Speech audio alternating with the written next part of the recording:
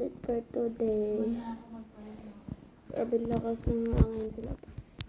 Ulan pa kayo na pag-uwi namin. Yeah, parang nalagnat na. Nalalagnat nga ako ngayon. Oh my God. Paulan na. Kasi bumaba kami kayo dito sa condo. Sa aso. Tapos, ang person nagpaulan lang din na nakaswimsuit yung taon din lang naliko.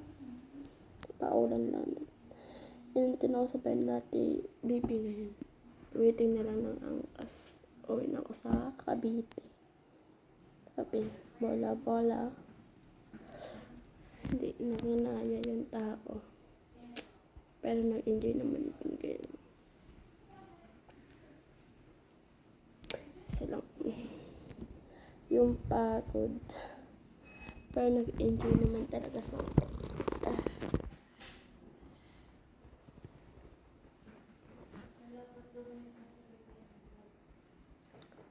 Ayan, waiting ako ng angkas. Pauwi na ako Latibay. Bumabagyo kasi sa labas. Grabe lakas ng hangin. Bagyo na talaga siya.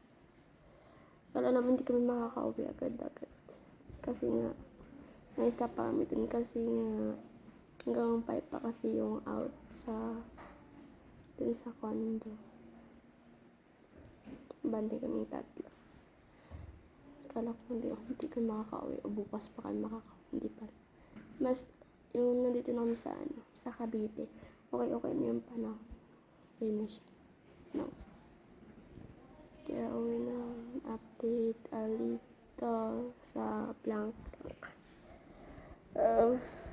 Pero bola. Nilagnat ang person. Oh. Okay na.